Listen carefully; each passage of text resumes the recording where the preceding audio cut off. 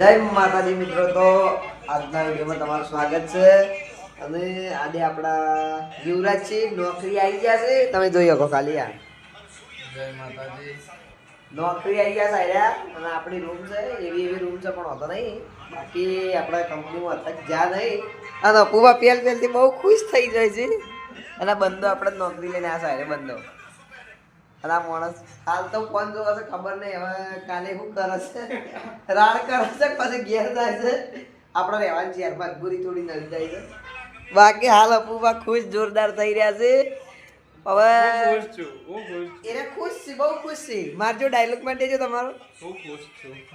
એને ખુશ છે, બહુ ખુશ છે. મેં ખુશ તો છું, પણ વધુ નહીં કાલે ખબર પડે અપુભા ભાગમાં હું કોમ જેવું આવે છે જેવું નહીં આવતું.